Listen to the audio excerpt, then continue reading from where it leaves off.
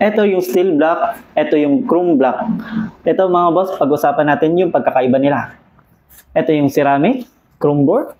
Ayan, chrome bore, ceramic coated, less absorb sa init. Ito naman yung steel block. So bakal to mga boss. So alam niyo naman kung bakal. Pero ito goods pa rin mga boss. Sa presyo nito mga boss, ayan, mas mura to. Ito naman yung triple yung presyo niya dito. So ito mas mahal to mga boss, pricey. Ito na yung piston niya mga boss, meron siyang same dome. So yung pagkagawa lang is iba. So ito pagkagawa is casting, ito yung forge. Yan. Mas maganda yung forge, mas matibay. So piston ring mga boss, same lang sila. TP, made in Japan yan mga boss. At gasket niya mga boss, ito, steel.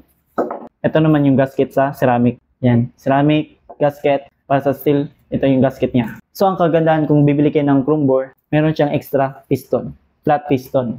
So pili na lang kayo kung anong gusto nyo o sa mga setup.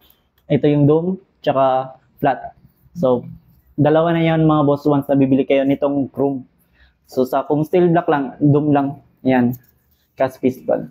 So ito mga boss, yung budget friendly, kung wala pa kayong extra budget, ito na, go for this mga boss. Kung merong extra budget, ito, ceramic mga boss, maganda to.